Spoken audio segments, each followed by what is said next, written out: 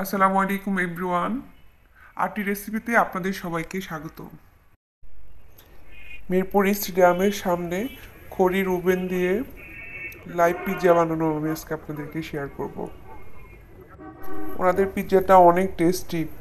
আর মিরপুর স্টেডিয়ামের সামনে এই রুটটাতে আপনার যত ধরনের ফুড আইটেম আছে সবই পাওয়া যায় আর খুব রিজনেবল প্রাইসের মধ্যে। আমরা চলে আসছি ক্রেজি পিৎজা হাউসে। ওনাদের দোকানে 8 ইঞ্চি 12 ইঞ্চির মধ্যে বিভিন্ন রকমের পিৎজা পাওয়া যায়।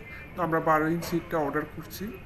ভাইয়াটা খুব সুন্দর করে মন মতো করে পিৎজা রেডি করতেছিল। কাঁটা চামচ দিয়ে সুন্দর করে সব কিছু ফুটা ফুটা করে ওখানে যত ধরনের সসেস আছে সব কিছু চারিদিকে ছটাই ছিটিয়ে দিচ্ছিল, যাতে ভালো করে জিনিসগুলো সেট হয়।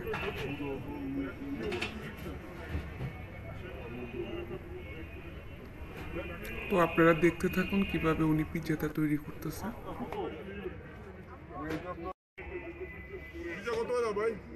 সসেস দেওয়া শেষ, এখন বাকি উপকরণগুলো ধাপে ধাপে অ্যাড করতেছিল। মিটগুলো চারিদিকে সুন্দর করে দিচ্ছিল। আমরা মিট লাভার্স পিৎজা যেটা আছে ওইটাই অর্ডার করছিলাম। তো ওনাকে আমরা বলছিলাম যে ভাইয়া পিৎজাতে চিজ একটু বেশি দিয়েন।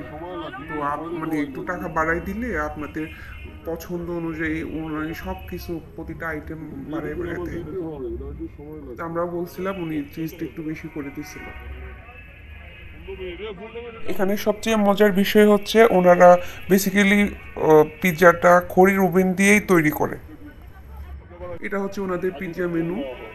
এখানে 8 আর 12 ইঞ্চির মধ্যে সব ধরনের পিৎজা পাওয়া যায়। আপনাদের যার যেটা পছন্দ আপনারা এসে অর্ডার করতে পারেন। তো আমাদের পিৎজাটা বানানো প্রায় শেষের দিকে। উনি একটা একটা উপকরণ সব কিছু দিচ্ছিল।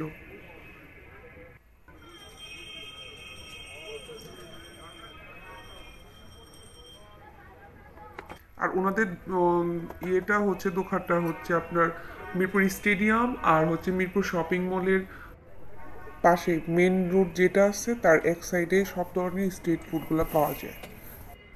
স্টেডিয়ামের সামনে আসলে তাদের দোকানটা চোখে পড়বে, ক্রেজি পিৎজা হাউস। পিৎজাটা বানানোর প্রায় শেষ, এখন সেই খড়ির ওভেনে পিৎজাটাকে দেওয়া হবে। খড়ির মধ্যে দিয়ে দিছে। আর ওনাদের প্রচুর ভিড়, বিশেষ করে শুক্রবারে অনেক বেশি ভিড় থাকে। ওনাদেরকে জিজ্ঞেস করলাম, ওনারা বললো যে আপু শুক্রবারেই বেশি ভিড় থাকে অন্য সময়ের চেয়ে।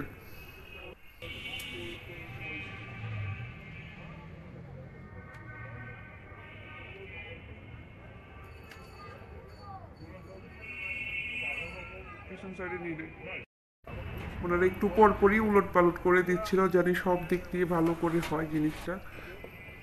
তো দেখেন ওই ভাইয়াটা কিভাবে দিচ্ছিল, বারবার উল্টাপাল্টা করে করে দিচ্ছিল।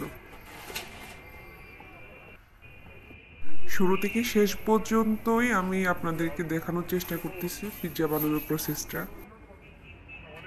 আমাদের পিৎজাটা হয়ে গেছে, দেখেন আপনারা সুন্দর করে রেডি করে দিচ্ছিল। আমাদের পিৎজাটা হয়ে গেছে, এখন পার্সেলের পালা। আর এই ভাইয়াটা উনি সুন্দর করে পিৎজা কাটার দিয়ে পিৎজাটা সাইজ মতো কেটে দিচ্ছিল।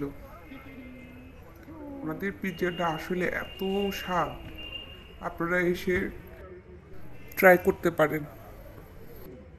আর ওনাদের প্রতিটা পিৎজা খুব রিজনেবল প্রাইসে পাওয়া যায়। আমার এই জিনিসটা খুবই ভালো লাগছে।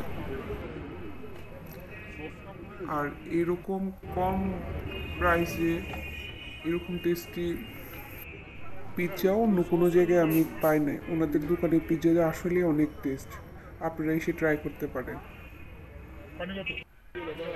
আমাদের পিৎজাটা পার্সেলের জন্য সুন্দর করে বক্স করে দিল। আমার ভিডিওটা ভালো লাগলে অবশ্যই লাইক, কমেন্টস আর শেয়ার করতে ভুলবেন না। আজকের মতো এখানে বিদায় নিলাম। আল্লাহ হাফিজ।